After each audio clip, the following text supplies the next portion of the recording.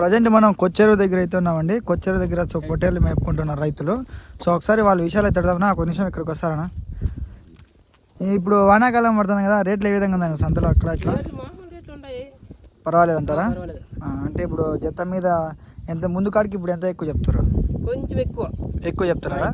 ఒక 2000 3000 కాడికి ఎక్కువ. సో పిల్లలు 13,000 అట్లా. సో ముందు అయితే 10,000 దొరికేటివి. 10,000 దొరికేటివి.